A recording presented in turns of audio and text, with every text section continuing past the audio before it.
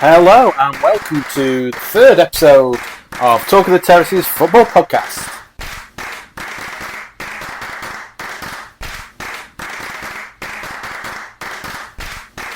Hello then, and welcome to the third episode of Talk of the Terraces football podcast. Hello there. Hello. How you doing, mate? Grand, mate. How are you? All right, not bad. Not bad. Hello. How are you? Good. Yeah. We said all going on in the world of Sheffield. Yeah. It's obviously we're recording this. It's the 26th of November. So yeah, just found out about the new lockdown. Oh yeah, where's Sheffield up to? Tier 3. So sugar. So the lockdowns worked.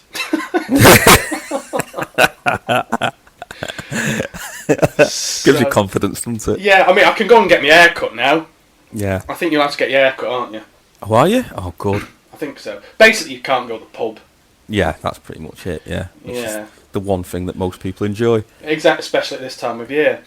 But for our Talk of the Terrace fans, we do have breaking news. There is news that people will be allowed to back onto the terraces to have said conversations. Yes. Because in the cities of Liverpool, which I'm most concerned about, they're going to, and that day London, they're going to be able to have 2,000 fans in the stadium. That's right, yeah. So, I mean, to be fair, there's probably already about 2,000 people at Anfield on the match day. Yeah, all the staff. Like, I was watching the Liverpool game the other day, and there's Kenny, Rushy sitting in the stand, and I'm like, the freak. Yeah. But I suppose they get round it because they're ambassadors and part of the staff, aren't they? So. Maybe, yeah. But so it's. I mean, you're gonna have about. Well, do you reckon they'll put them all in the Kop? Yeah, I don't know how you'd manage it, actually. I don't know if you'd have to spread it out around the stadium. But it's going to be weird, isn't it? Because it's going to be like... It's going to be like really quiet, or it's like, yeah, they're going to have to work it out some way. Yeah, I mean, I think you'd be able to space out 2,000 people in Anfield pretty nicely. Yes, Yeah, because is it up to 4,000 in Tier 1, isn't it, I think? I think so, yeah. Which basically is Cornwall and Devon and the Isle of Wight. Come on, Yeovil. So, yeah, Yeovil, Exeter, Plymouth. Is that it? Yeah, pretty much, yeah. Sorry if there's we missed your club out. Yeah, exactly. Down there. Torquay. United. Yeah. That's about it, isn't it? Yeah, I think so. So yeah, I think Crew's Tier 2. Yep. Cheshire's Tier 2. So yeah, we'll be allowed 2,000 in, which is only half of what we it's half of what we normally get anyway. So we'll be all right. It'll be pretty much like any other game. I know. It's because there will be demand for them tickets, because people have gone so long about football, like, even for Crew and stuff. I mean, I don't know how they'll do it in the case of Anfield, because I'd imagine the 50-odd thousand people there are pretty much all season ticket holders.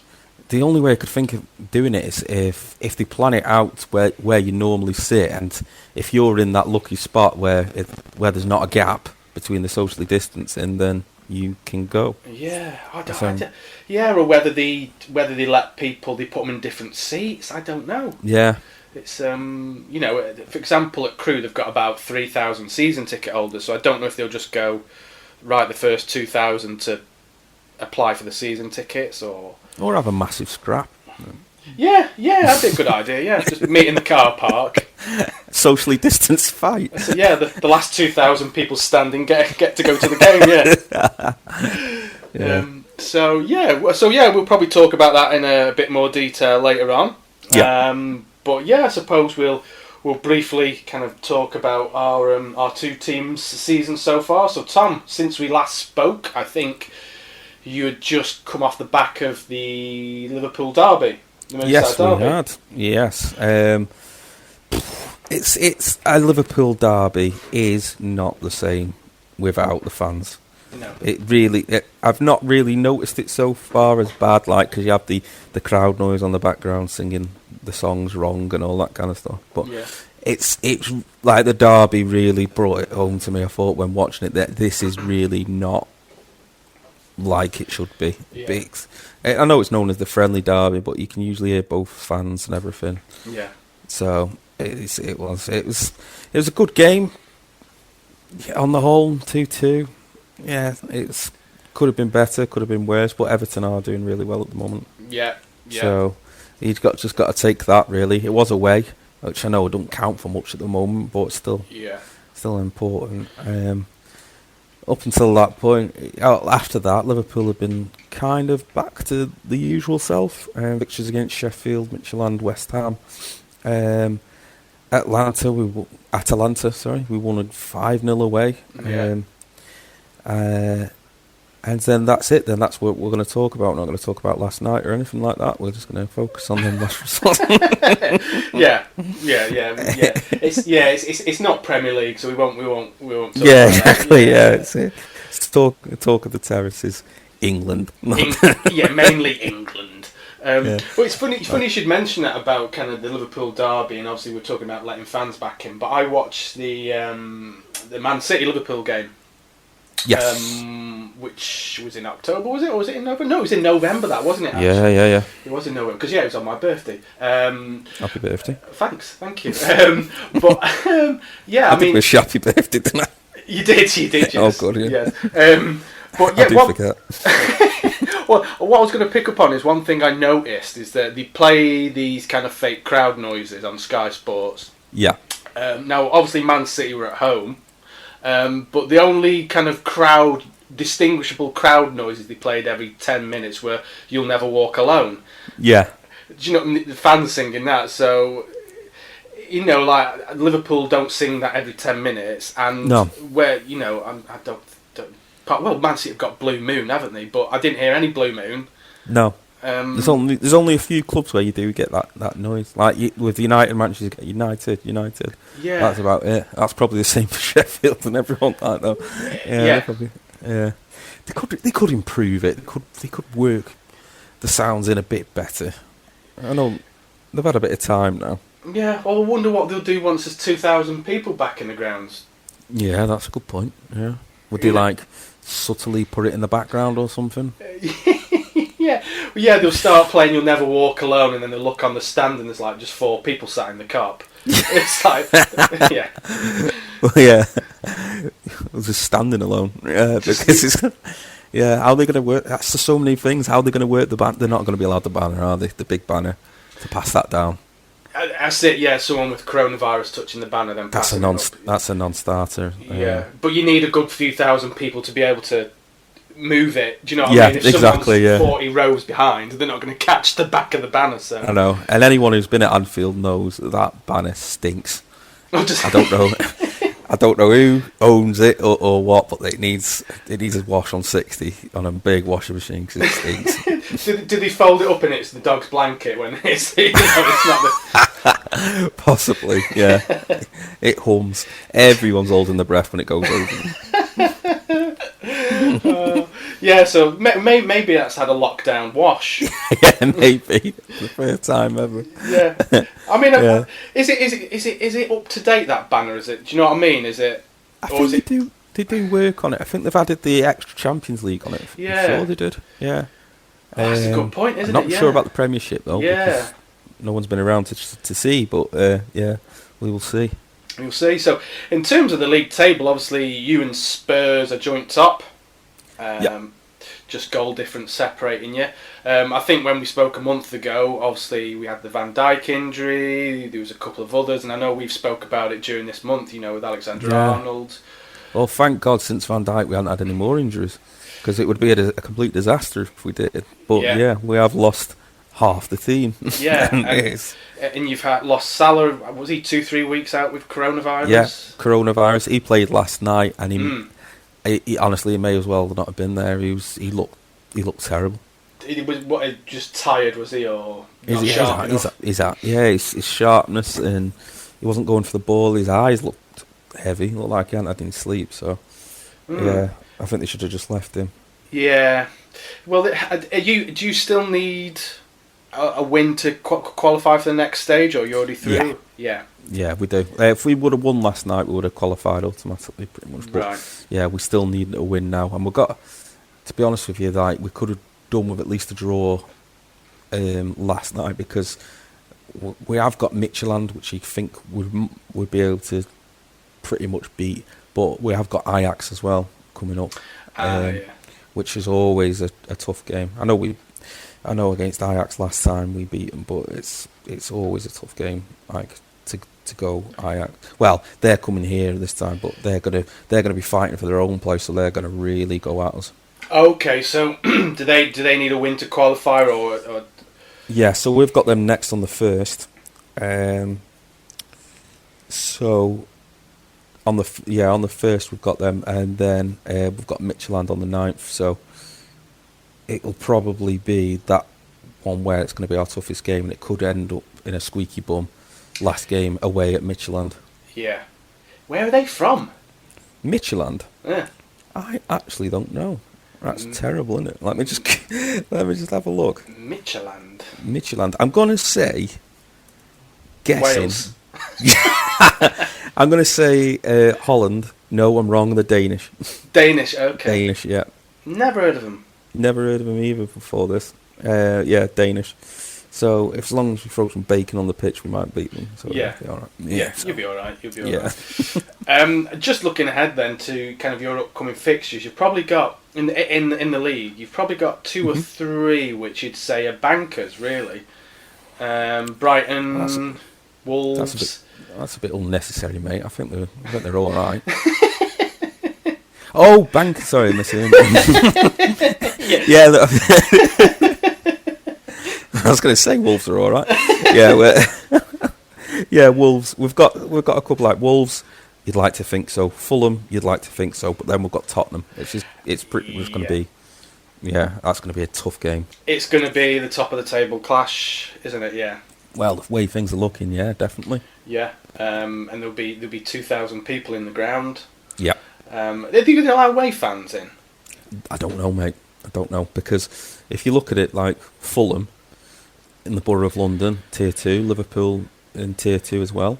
So you'd think so, but I don't think. I think they'd want, if they've got a 2,000 allocation, I think they'll push that they can have just their own fans in. Yeah. Yeah, because like you say, even if you're going from Tier 2 to Tier 2, do they have to say, well, here's 200 tickets for Spurs fans? I don't know. Yeah, exactly. Do you have to split it out? I don't imagine they'll want people travelling. No. No matter where they are with the status and stuff. So yeah. I'd say no at this stage, but you never know. You never know. No, I mean it's where you kind of start to realise that this 2,000 limit is a bit pathetic if you are talking about Anfield. Yes. Yeah. In grounds like, I mean, Old Trafford, obviously they're going to be kept in Tier 3, so it doesn't matter really. Yeah. There's a case for, like, you know, when away fans come and they're really loud and there's only like 3,000 of them, but they can out-sing the stadium. There's that case, but they're so contained together and so packed and standing and all that kind of stuff that the noise comes up.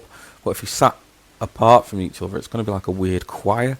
So I don't know how it's going to work. We shall see in the next few weeks, though. Yeah, we shall see how it goes. I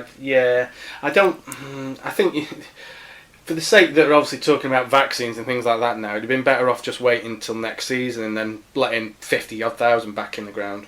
Yeah, exactly. Yeah. I mean, I can see the point of it is probably helping out the smaller clubs. Yeah, that's like clubs local to us, like Crewe, are going to be struggling financially. They're going to benefit from this the most. Yeah. Without a shadow of a doubt. Yeah. So clubs like Manchester United, Liverpool, Newcastle, there's not much skin off their nose because they're big clubs in their area and around the world. So they're still going to get their money either way from TV rights. Yeah. It probably costs them a lot in policing than it does. So yeah.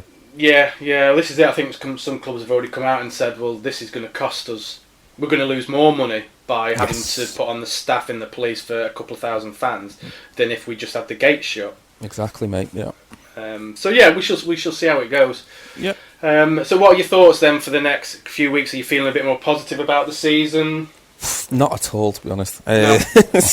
I like to think that we're like the next few games, like you say, the bankers. We might be able to, dirty bankers might be able to do quite well. But with our injury list is as long as your arm, and I think the performance last night was so poor. I know we weren't going to discuss Champions League, like Italian talk of the Terraces, but European talk of the Terraces, yeah. Yeah, exactly. European edition. What would that be in Italian?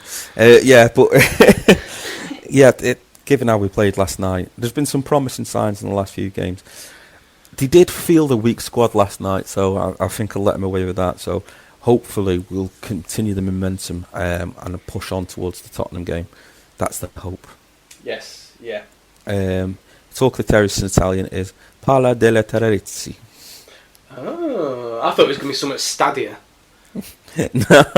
Yeah, I think Terraces. Terraces, of course, yeah. Yeah, Terraces. Okay, mate. Well, I think, yeah. I mean, when we talked about this a month ago, we were kind of you were a little bit worried about the season ahead. Yeah, I was, and I still am considering the injuries, but we are seeing a lot more players coming back now. I think, like Thiago's not far off. I think he's in full training at the moment, so there is reason for optimism. We're not going to get Van Dijk back before the end of the season, I don't think. But yeah, moving forward, I think there is room for optimism for my team. Yeah, so that's it. How about your team? Once again, a bit of a mixed bag. You know, we're winning a third of our games. Yes. We're losing a lot more. We've only drawn one game, so we're losing a lot more than we're winning or drawing. Once again, I think we've had some cracking results in there. I mean, straight off the back of the last podcast, we went to Doncaster and won 2-1. Yep. And then we had 3 losses in a row. But then we won in the FA Cup. Then we won in the league, and then we won in the league again. So you start to think, right, that's 3 on the bounce. And then we got hammered 4-1 away at Portsmouth. And then lost 1-0 in the week to Accrington Stanley. So yeah, a bit of a mixed bag, really. Who are they? Who are they? Yeah, exactly. Yeah, who are they? And yeah, beating us 1-0. So yeah, it's a continued mixed bag. I don't know what it is. I don't think anyone could put the finger on it. What is going through such kind of ranges of performance? So is it just away form or home form, or is it pretty much across the board? Across the board. I mean, I think we've won more away games than we have home games, actually. Yeah, that's telling, isn't it? Yeah, I mean, the thing is that we've played some of the bigger teams. Your teams you'd expect to be at the top, and we've competed. You know, we lost 1-0 away at Ipswich, and by all accounts, even their manager said if we'd have won that game 4-0, it would have been a fair result. Yeah. So to go from where people are saying you should have won that 4-0, but you lost it 1-0, you know, it's that's just a game where you're unlucky, kind of thing. Yeah, and it does come down to it sometimes, just pure luck. Exactly, yeah. So it's once again, it's a whole array of strange results, and I mean, I'm not worried for our season. I think we'll be fine as the season goes on. Yeah. It'd be a good thing for us to get a couple of thousand back in the ground as well. Yeah, a little slice of normality. Exactly, yeah. And as I said, we'd have 4,000 or 5,000 there anyway. Yes. It's not massively going to be that difference, but like as we said, it's going to help the smaller clubs out quite a bit. But yeah, that's our season really. I think if the thing is, if we go 3 or 4 games without a win, then you're suddenly kind of pushed into a relegation battle. Said the same the other way. You win 3 or 4 games in a row, and all of a sudden you're knocking on the door of the playoffs. So.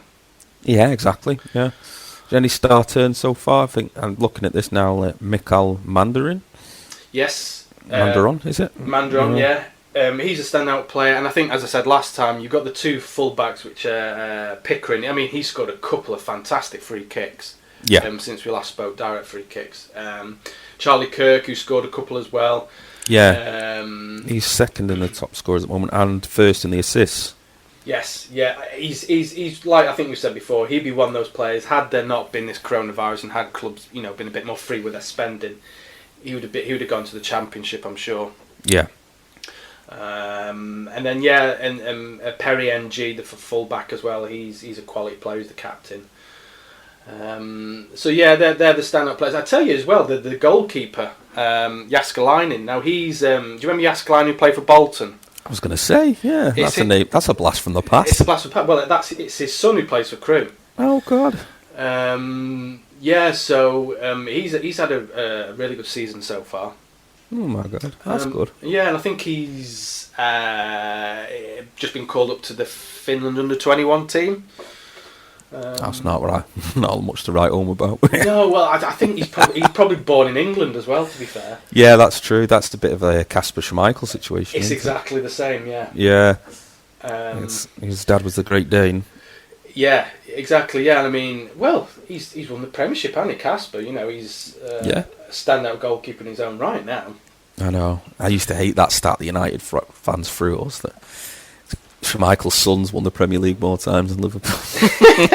Yeah, a son of a former player. Yeah, exactly. He's won it more times. I was just like, thank God that one's over now. Well, that's it now. You could put that argument to bed, yeah. Yeah. So, yeah, going back to the Premiership and looking at the results, Leicester, they win 5-2 away at Man City. Mm-hmm. And then they lose. Where are they? They lose 3-0 at home to West Ham. Yeah. And then they lose 1-0 at home to Villa. Mm-hmm. Now, bear in mind that Villa have, obviously the game we don't talk about. Yes, the game we don't talk about, yeah. They've beaten Leeds. Yeah, then the week after that, I think they beat Leeds. Right? Yep. So you think, right, Villa are a decent team now. Then Villa have beaten Leicester. Right? So you're thinking Villa can compete with Leeds, they can compete with Liverpool, and they can beat Leicester. So when Leicester played Leeds a couple of weeks, when Leeds then played Villa and beat them 3-0, so you're thinking here Leeds are going to absolutely thrash Leicester. Yeah. Are absolutely going to thrash Leicester. Just let me find the result. Where is it? Leicester win 4-1 at Leeds. I tell you, it's all over the place. That's why everyone's having a weird start to the season. No one's running away with it. No. I mean, between the top 10, there's 7 points. And we're 9 games in. Yeah. That's it. There's 7 points. Between the top 5, there's 3 points. So it's absolutely crazy. It and is, then the relegation zone, like Sheffield United, oh, poor lads. That's just...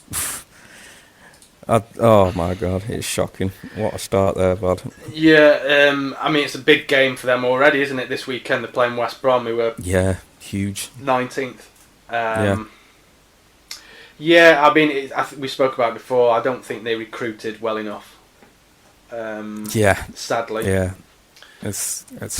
Yeah, they've really not started at all yet. There's still time. I mean, towards the relegation zone, there's still only 4 points in it towards Burnley, who's in 17th at the moment. So it's only a 4-point difference, but they've really got to kickstart their engine as soon as possible if they're going to survive this season. Yeah, I mean, obviously they've had problems with their owners. I just hope they're not kind of forcing themselves into this yo-yo team. Maybe, yeah. Because they stayed up for that first season, they get the additional parachute payment, I think. Yes, yeah.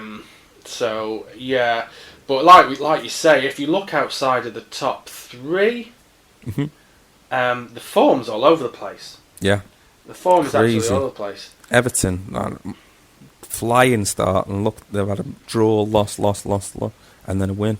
Yeah. Same with Aston Villa, like you said, win, loss, win, loss.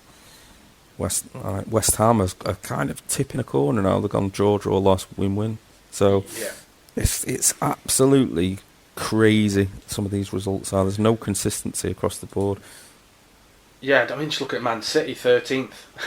Yeah. Arsenal, 12th. I mean, people said Arsenal might be able to challenge, not for the title, but you certainly put them top 4. Yeah. Man United, 10th. Yeah. And then you've got teams like Villa, West Ham, Southampton. You know, they're in the top half of the table. Yeah, it's a really, really strange season so far. Yeah, it makes it exciting though. Makes it exciting, yeah, for the neutral, absolutely, yeah. And I mean, is Mourinho finally working his magic at Spurs? Did la Drogba the NFL? Yeah, we played well. I still haven't watched that Tottenham documentary. No, I think I've still got a couple of episodes to go. Yeah. Be interesting if they're filming it this season. I think they go on. I think they did City season before that, didn't they? Yeah. I think they might be going through the teams. I'm not too sure actually. Yeah, because there's a few they've done with American football teams. I think there's about 3 or 4 different ones they've done in American All football. or Nothing it's called. That's right, yeah. They've done one, I think they've done a cricket, one with Australian cricket team, one with the All Blacks. Yeah. So yeah, I mean, I think the only one that they've kind of witnessed real success is with Man City because they won the league that year. Well, yeah, true, yeah.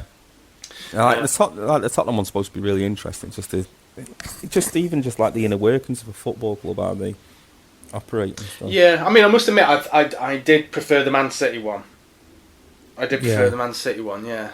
Yeah, just what Pep's team talks, getting everyone going. Yeah, I suppose it was kind of the fine lines as well between success and failure. Yeah. And these moments of when they needed to get a result, they got a result. You know, it was... whereas Spurs are kind of always hovering around that 5th, 6th spot. Yeah.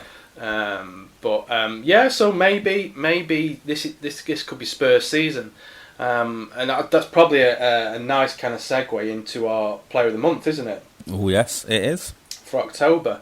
And we have decided, with no kind of persuasion by the Premier League's official Player of the Month. No.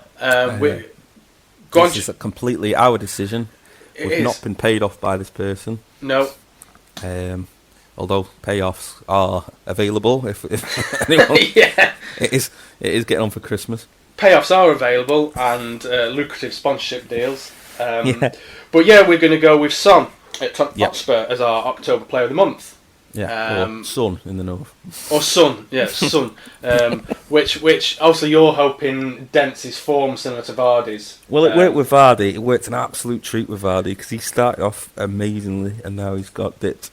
Yes. So I was actually looking at the stats for some of the players. So I think in October, Son scored 4 goals and 2 assists. Yeah. I think the Spurs won 4, drew 2 as well. So, you know, he's the second top goal scorer. You know, and he scored 2 at Old Trafford, etc., etc. So he's definitely deserving of it. And then I kind of looked down the list a little bit, and looking at Harry Kane's stats. Now, the top scorer is Calvert-Lewin with 10. And then you've got Son on 9, etc., etc. And it goes down to Kane, who's on 7. But it's his assists. Kane's got 9 assists this season. 9 assists? 9 assists. And he's obviously top of the assist chart. And then the next one is Jack Grealish. And he's got 5.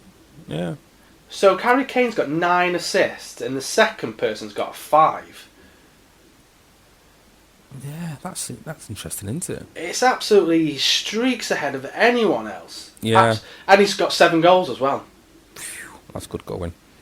So that's definitely a reason why he's in my fantasy team.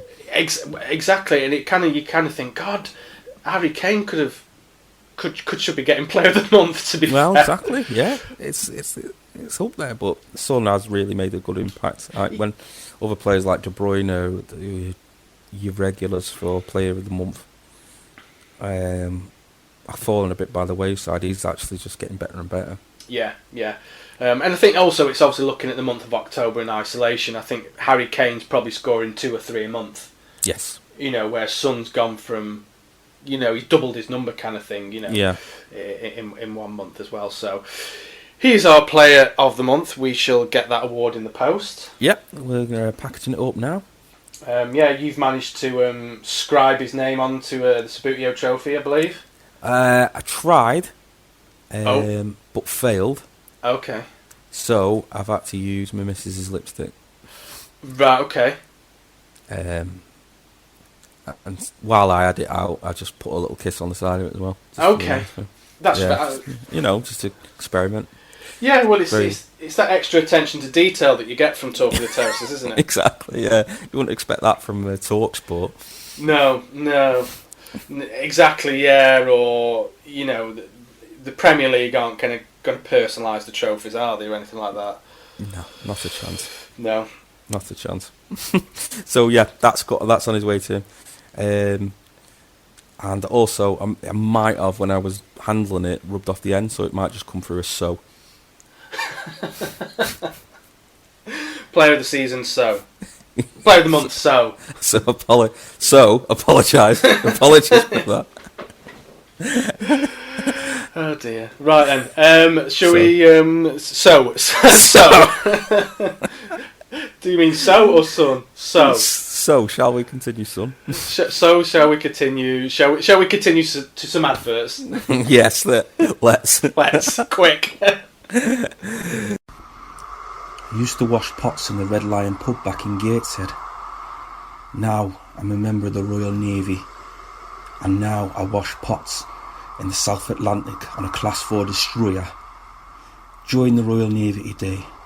Same shit, but on a ship.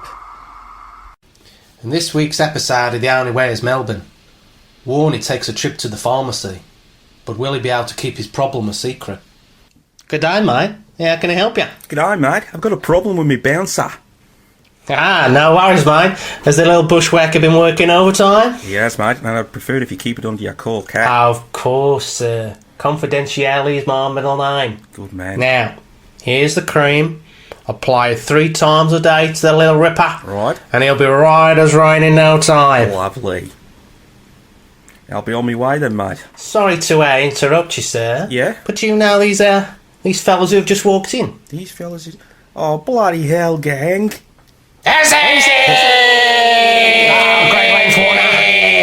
Woo! Warner. Okay. Welcome back to the second part of the show. Welcome back. Welcome back. The second third. Yeah. Yeah. It's not quite half time. No. It's like ice hockey that has 3 halves. Oh God, yeah. Welcome back to part 2. So yeah, this part we were going to talk kind of a bit more about let fans back in or whatever the title of it's called, and we've already talked about it quite a bit anyway. Yeah, due to that breaking news, we've already already had a quick discussion on that, haven't we? Yeah, but obviously we've kind of just described it's the 26th of November, and there was obviously really big news in the world of football yesterday. Mm-hmm. That is the sad passing of Diego Maradona. Yeah, at the age of 60. Yeah. So, just as soon as you mention his name, what kind of thoughts conjure up in your head, mate, about him? What's your feelings towards him? Well, I think this would be broadly accepted that England is probably his least kind of supported country. Yeah. And obviously the first thing you think of is Hand of God. Now, I think they're saying that was the 86 World Cup, so, I mean, I was only a couple of years old, you were only 1 year old. Yeah, still matters, yeah. Yeah, I mean, I was definitely no way interested in football at all. But yeah, so the first thing that springs to mind is his Hand of God. And then just the absolute bonkers nature of him as a person and his lifestyle. Yeah, he's an interesting character because it's particularly amongst Englishmen. I mean, probably around the world, if you were to ask, say, someone from another country like France or anything like that, what you thought of Maradona being Englishman, but because he's indelibly etched on our minds as a cheat. Yeah. Now, if you put that to one side, what pretty much summarizes Diego Maradona in my mind is that match, the quarterfinals, 1986. Yeah. Is the Hand of God, like you said, but also 3 minutes later that goal that he scored, which was Owen-esque against Argentina. When he was a young lad, where he ran from the halfway line, took on everyone, slid it and shot it beautifully in the bottom corner. Yeah. So it sums up two things about the man: is his genius and also his controversy. Exactly, yeah. Like you say, that game is 2 goals he's credited with, and one they're completely different ends of the spectrum. I think the thing you got to think of, and I've always said this, and probably said this to you. Listen, if England were in the World Cup final and Harry Kane scores in the last minute with his hand, and the full-time whistle goes, it means we win the World Cup. I could not care a jot. No, win's a win. Win's a win. We've won the World Cup. In the record books, we've won the World Cup. Yeah, referee's decision's final. Exactly. Yeah. So I suppose you can't kind of beat him up too much because if you're Argentinian and probably a lot of other countries, they're like, well, fair enough. And at the end of the day, just like with the Frank Lampard goal against Germany, just like that, if life gives you lemons, make lemonade. Yeah. Think, that was rubbish. We need to win this game now, or else it's always going to be remembered for this moment. Exactly, yeah. And so I was just going to say, you got to think of Jeff Hurst. Yeah. The goal is quite conclusive now that the ball didn't cross the line. Yeah, exactly. Yeah, you just got to keep on kicking on, haven't you? Yeah. You got to push that out of your mind and think that was a terrible first half, or that was something terrible that happened. Exactly. Let's try and win this, so it's not. But I think really bad moments like the Gerrard slip, like the handball, like the Lampard goal, always they're that bad that will define the game.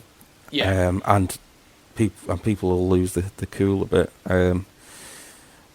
Notable differences are like the Liverpool Champions League final when the play was that bad in the first half that they had nothing to lose. But when something like that happens, it's kind of, you feel like not only the other team are against you, but fate. So it is a hard one.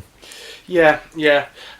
Going back to his kind of career, obviously, I think when I got into football, it was US '94. And he obviously, I think there was a whole thing about him taking cocaine, and that thing where he scored that goal and him looking down the camera with his eyes like bloody plates. Absolutely, just absolutely mad. I think though, in his pomp though, and people who of the other generation will realise what an absolute world class player he was, and you kind of you have those players where it's Pele, it's Maradona.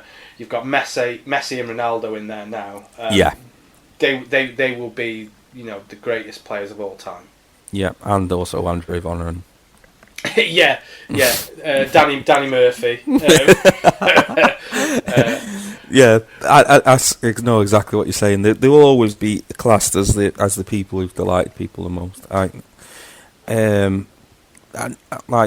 Like we discussed before, you got me the Maradona documentary for Christmas last year. Yeah. A really good watch. I recommend any of our listeners to go and watch it. But there's things that you don't even realise, like that he did play for Barcelona before he went to Napoli. And Napoli was where he really made his name. He didn't have an easy time at Barcelona. And then he went to Napoli and was just treated as a demigod by those people. Yeah, and it was at Napoli, they were kind of, just an average team, weren't they, until Maradona come along, then they pretty much won everything. Pretty much bang average. He could have gone to any team he wanted. He could have gone to Juventus, he could have gone to Inter Milan, AC Milan, or any of them teams. Big names, big money, but he went to Napoli. And he pretty much carried the team by the looks of it, and then allowed them to attract more talent, and they won the league twice on the bounce. I think it was 86, 87, I think. Mm-hmm.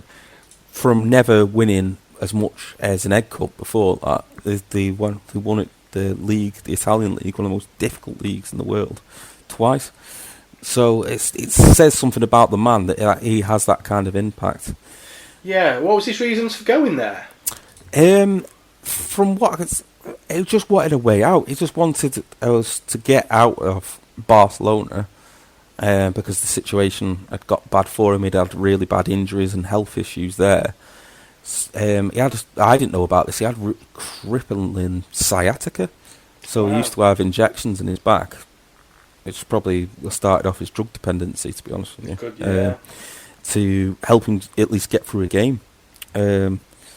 So I think Napoli asked and he accepted. So I think it was just something as clearly simple as that they asked and he thought, yeah, fine.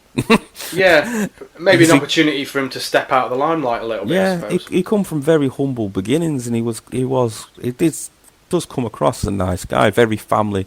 He worshipped his dad and his mum and everything. And the first thing he did when I think it was, don't quote me on this, but I think it might have been Boca Juniors or another Argentinian team he first signed for when he was about 15, was to sort his family out and get them moving out of the hut that they were living in and into a proper flat. So, that's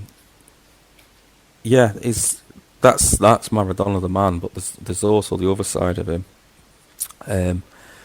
a really interesting bit about that documentary is the impact of Italia 90. Do you remember Italia 90, mate? Because I don't. No, I was just before I got into football, yeah. Yeah. So Napoli were kind of like, a bit like Liverpool, to be honest. Like the rest of the country didn't really like them, and saw them as impoverished and everything, and really the fans used to, it showed it in the documentary, used to sing nasty, hateful songs to Napoli fans about having a wash and all that kind of stuff. Jeez. And yeah, so when it come to Italy versus Argentina, Madonna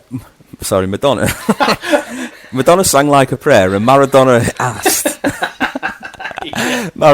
the Napoli fans to support Argentina. Which, imagine in Italy, you're telling Italians to go against their own team. It's like kicking a wasp nest. Yeah, jeez. So, and the Italian FA in all their glory, semi-final, Italy versus Argentina, where did they decide to play it? Napoli's ground. Wow. Yeah, a massive moment of genius, that, from the Italian FA. Yeah.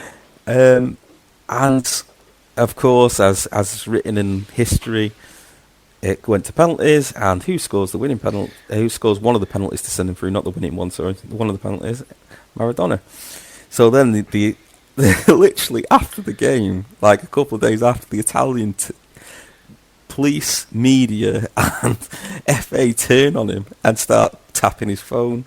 God. Start investigating his drugs links. Start investigating the fact he's got a son by another woman who's not his wife. Right. And they went to town on him and basically got him, after all that, after a couple of years, got him banned from playing football.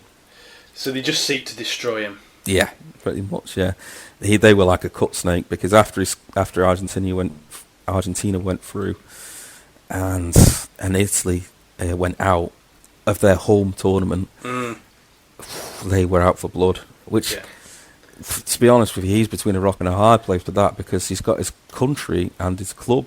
So he plays his football in Italy, but his country's Argentina. So yeah, I wonder if he's kind of largely hated in Italy then, similar to England. I imagine he might be now. There was an interesting bit that 10,000 people welcomed him in when he joined, because it was like amazing for Napoli to get such a player. It would be like I don't know. It would probably like, who's mid-table at the moment? You'd probably like Wolves sign in Messi in his prime or something like that. Yeah. It'd be that kind of an impact of a signing. And he said when he left, no one said goodbye, nothing. He just had to leave in the middle of the night. He was getting threats and all that kind of stuff. Yeah, so. I'm just looking at his statistics. Yeah, he only played 18 games in his last season with Napoli, which was the 1991 season. So obviously off the back of the World Cup, he obviously, for whatever reasons, he couldn't play as much as he wanted to. Yeah, he was banned, and he was. It's no smoke without fire. He was a drug addict. He was addicted to cocaine. He liked the party lifestyle. Yeah. He had numerous affairs and had shenanigans with prostitutes and all that kind of stuff. So he was involved with an underworld, heavily involved with an underworld guy in Napoli itself, like mafia connections and all that kind of stuff. So. Yeah, I mean, it's true. I mean, I've seen Liam Gallagher's tweeted saying he is the iconic rock and roll footballer. Yeah. And I know that Liam and Noel back in the 90s were playing a gig somewhere, and they were in an after gig party kind of thing. Yeah. And someone said, "Oh, in the room upstairs, Maradona's having a party." in this nightclub, and they were like, "What?" So they kind of spoke to his men, and he said, "Right, only the Gallagher brothers. Don't care about the rest of the band. It's only the Gallaghers." Oh, so Noel and Liam went upstairs to meet him, and there is a picture of the three of them. Yeah. I think it's from about 98, 99, and Liam's, I think, has described some things that were going on in that private room. Yeah. With various drugs and women and all that kind of stuff. But what's come out recently is Liam Gallagher met him again a second time. I don't know when or whatever, but they got into an argument, and Maradona threatened to kill all of Oasis with a shotgun. So that's brilliant. Liam does has a tendency to upset people, though, doesn't he? So He does, yeah, and he finds himself in these situations. But it's, I suppose it's similar to kind of Gaza, isn't it, in this country? Yeah, it's that kind of tortured genius kind of thing. Yeah, I mean, I suppose the difference is that when Maradona was going through his peak of his powers, he was probably able to keep a lid on those addictions a bit more. Yeah, they said he had this personal trainer that was amazing, who trained him like a racehorse, right? His fitness levels and everything. That's why. And when you see him run, it's like the ball is like his short-term game. It's like the ball is attached to his foot. It doesn't go any more than a foot's distance away from him when he's running. So his control was out of this world. Yeah, absolutely. And I think like we said at the start, he will be remembered as one of the all-time greats. Yeah. So it has to be respected. Like we are talking Terraces, so we have to respect the footballer and for what he did on the pitch, rather than what went on off it. Yeah, exactly. Yeah. Okay, so we have some more adverts. Yeah, cool. Sounds good to me. Busy Visage. I want her.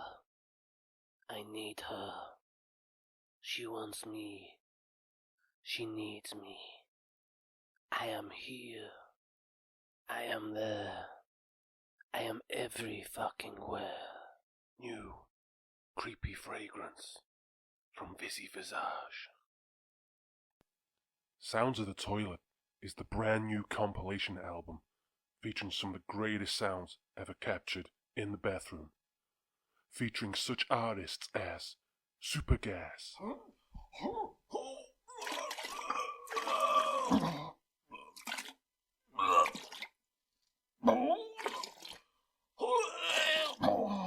the unforgettable talent that is Frankie Goes to the Toilet,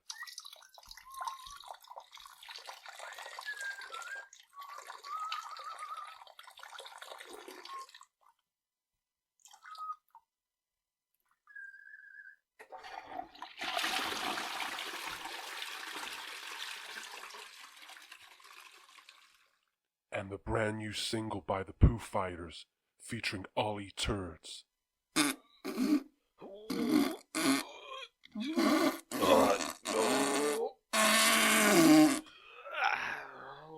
Sounds of the Toilet, out now. Welcome back to Talk of the Terraces. You're with Tom and James. Hello. We're practicing for when we get a gig on the One Show. Yeah, we'll tone it down a bit, won't we? Yeah, exactly, yeah. Yeah. Okay, so shall we move on to one of our favourite sections and one of our listeners' favourite sections, which is Weird Stories of the Month? Let's do it. Yeah. So, as if no one's listened to this podcast before, what we like to do is just talk over some weird news, because everyone, all this misery and everything, people like to laugh at people's misfortune or weird stuff that's happened, so we're just adding a bit of comic relief to all this COVID doom. So, basically, got two stories this week, so I'm spoiling you a bit. Yeah. So the first one, now, with weird stories, do you want me to read the headline straight away, or would you like me to build up the suspense? Go on, build up the suspense. Right, okay. Basically, two unfortunate men in Indian state of Uttar Pradesh, have been arrested. Go on. Yeah. So what their crime is that they have been to an Indian doctor, and basically they sold him Aladdin's lamp for $41,600. I'm not sure what that is in rupees. So a doctor, a professional person, someone who you trust with your life to spot all kinds of ailments and anything that might be wrong with you, has managed to buy Aladdin's lamp for £41,600. So they pretended to conjure up the spirits from the lamp in line with the tale from Arabian Nights. And apparently the men wanted more. They wanted $200,000, right, but settled for a down payment of 41, which I think was fair, really, considering. There was a third person involved, a female. Jasmine. I think she might have dressed up as the princess. Yeah. But the suspect is at large. Now, I don't know if that's pertaining to a wait or what, but... Is it the genie? Yeah. They said, you're never going to have a friend like me. No. So, apparently they started telling about the Baba, the god. I've heard that before in Carl Pilkington, Baba. Yeah. And, like the people that have got things wrong with them and stuff. Elephant Baba and everything. Oh, of course, yeah. Yeah. The guy who's held his arm up in the air for 50 years. Yeah, and grown his toenails. That's it, yeah. Ears and stuff. Yeah. Yes, so apparently these poor gentlemen have been found out. I'd love to have seen the attempt when the doctor tried to rub the lamp and nothing happened. Unfortunately not. We haven't got any footage of that. But yeah, unfortunately them two men are in a lot of trouble and another woman's at large. So we're putting out a call now to any of our listeners. If you see anyone dressed up as Princess Jasmine carrying a lamp, please contact us. And please contact your local authority. Yeah, your local Indian authority, and we'll help bring Princess Jasmine to justice. I'm thinking, fair enough, it's corrupt, it's fraudulent what they're doing. Now, if they turn around and say, no, there's actually a genie in there, is there any difference to that compared to an old woman who sits in a tent and reads your palm? Exactly. That's a good question. It is a good question because you're selling the idea, aren't you? Yeah. You're still giving him a lamp. You're still giving him a genie lamp. Yeah. But if you haven't signed a contract to say there's definitely a genie in here or anything like that. No. That person's bought it. And you don't know what that doctor might have done to him. He might have misdiagnosed him. He might have rubbed him up the wrong way. Well, if he did, he should lamp him. So they rubbed him the wrong way and said, "Look, this lamp." Yeah. So that's that one. The second one. That's a good one. That's a good one. Yeah. Beat that. I think I know I mentioned like building the suspense, but I think I've just got to go out with the headline. This one. Pilot. Go on. Pilot investigated after drawing penis in the sky with his flight path. That's a cracking headline. That is, you see that headline in your newsfeed, you are going to read it. I don't care if you're a vicar, I don't care if you're in prison, you are going to want to read that headline. So, two pilots reportedly be investigated after using their flight path to draw a penis in the sky over Russia. Low-cost Russian airline, Pubra flight DP407, DP being a very apt call sign for that plane. On 11th of November can be seen flying in the normal and majority of the journey. However, around 3/4 of the way through, flight tracking site FlightAware shows the aircraft made a very specific penis shape in the sky, and altered the flight path. It was actually a football-related thing, this actually, mate, because it was show solidarity with Russian football captain Artem Dugriupl, who was suspended after footage emerged of him masturbating. So in support of him, they drew a penis in the sky. Exactly. The pilot said, "Easy come, easy go." The Russian FA don't be a dick about it.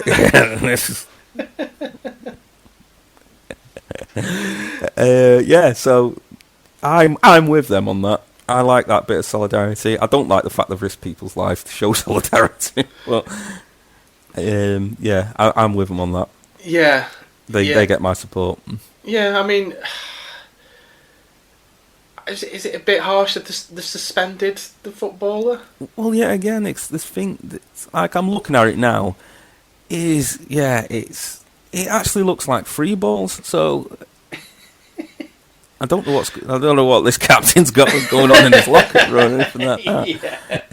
Well, you should go join the circus if your football career goes end up. But, it's looking at it now. It actually looks like free balls. But who's to say that's? I mean, Yeah, it's not round the airport. It's in the middle of nowhere. If it was around the airport, you could probably get away with it and just say you were circling, waiting to land. Waiting to land, yeah. Wow, what? Imagine being on that plane and not knowing you're being a dick. Well, this is the thing. You wouldn't have a clue what they were doing. No, exactly. When you circle. Flight error. Yeah, exactly, yeah.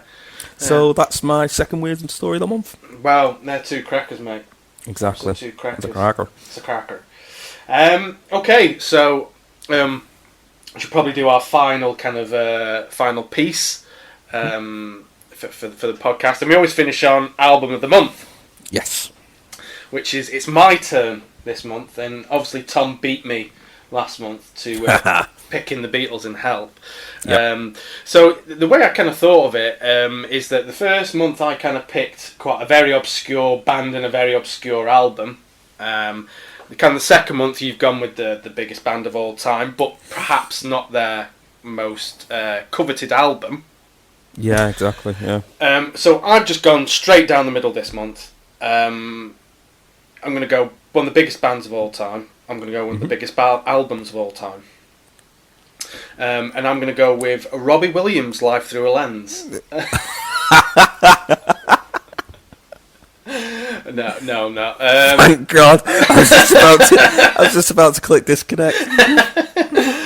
No, I'm going to go... and funnily enough, this crept into my mind because this album's 25 years old last month. Yep. And it's Oasis, What's the Story, Morning Glory. Ah. Like I said, I've just played it straight down the middle. It's in the top 50 selling albums of all time. You know, an absolute classic. An absolute classic. I mean, during that period, that year when Oasis released that, they went from the biggest band in Britain to the biggest band in the world. You know, they played those 2 nights at Nebworth to 250,000 people. They could have actually sold out 10 nights. You know, they were that big. The thing, when it was kind of, they were doing all this promotion because it was 25 years old, I obviously kind of thought, all right, you know, I'll listen to it again. You know, first time in probably years. And you kind of get through the opening track, Hello, and then you get Roll With It, Wonderwall, Don't Look Back in Anger, you know, the absolutely anthems. Then you get Hey Now, which has always been my favourite song on the album. You know, a really underrated song that I don't even think they ever played live. No. I think it's got some weird kind of gaps in there, you know, kind of timings and stuff. But it's the second half of the album I didn't realise how good it was, really. So when you get into the second half of the album, you're waiting for that last track, which is Champagne Supernova. Yes, great closing track for an album. Exactly, yeah. And the second half of the album starts with Some Might Say, which, oh God, I forgot that was on this album. Yeah. And then it goes to Cast No Shadow. And then at that point, you're kind of gearing yourself up for Champagne Supernova. But then you forget that the next song after Cast No Shadow is She's Electric. Yeah. And then you're going, oh, okay, right. Then you're going, right, next track is Champagne Supernova. It's not. You've got Morning Glory then, which, you know, it seems quite obvious. It's the bloody title track of the album. But it just keeps getting better and better and better. It's just phenomenal. It's just every one of them's a hit. Yeah, and I've been watching some documentaries and some Q&As Noel's been doing, and they recorded that album in 15 days. Yeah. 15 working days. And they said Noel had 4 days off in the middle. My God. You know, they recorded everything in 2 or 3 takes. Yeah. The Roll With It is the only song on the album that's recorded live as a band. Oh, really? The rest of it, so definitely Maybe was all done live. They started off the second album, Roll With It was live, in which they used, I think they did 3 takes and they used take 2. Yeah. And then they had some struggle with the recording, with the speeding up and stuff during the live take. So the producer, Owen Morris, spoke about how Mark Bolan used to lay down an acoustic track with some backing vocals to a click track. And then the band would all record their stuff on top of it. Oh, that's good. Keep your pace and stuff. Yeah, so they recorded all the album kind of initially. Noel recorded it all acoustically as like demos. But when I think he said he had 6 songs going into those album sessions. Good God. So he wrote half the album kind of on the spin while he was in the recording studio. You think like them songs on that album, you think just pace yourself. Like, put a couple of bum songs in there and stuff. Yeah. Knock some of them great songs onto the other albums and stuff. Yeah. Well, this has always been the argument amongst Oasis fans, really, is that the B-sides acquiesce. They're a B-side to this album. The Master Plan. Yeah. There's Head Shrinker. There's Fade Away. There's loads of B-sides. Half the World Away. Talk Tonight. All these B-sides that they could have just put in the back pocket and save for the Be Here Now kind of thing. Rainy day, like, yeah. Rocking Chair's another one. Yeah. So Noel Gallagher's kind of what he must have wrote in those months around that album is just unbelievable. But the fact that I say that album was recorded in 15 days, is quite something else. So yeah, that's great choice. That's my album of the month, as I said, just straight down the middle. What I love about that album, just to touch on, is the opening bit. It sounds like Wonderwall's going to come on. Yeah, so it's an interesting part of that. Yeah, so you can hear Wonderwall being played. Yeah. Now, when they were recording it, Noel had this idea that he wanted to record Wonderwall outside. Right. And he wanted to have kind of the wind and the trees and the birds in the background. Yeah. So if you really turn that first part up, you can hear birds tweeting in the background. Ah.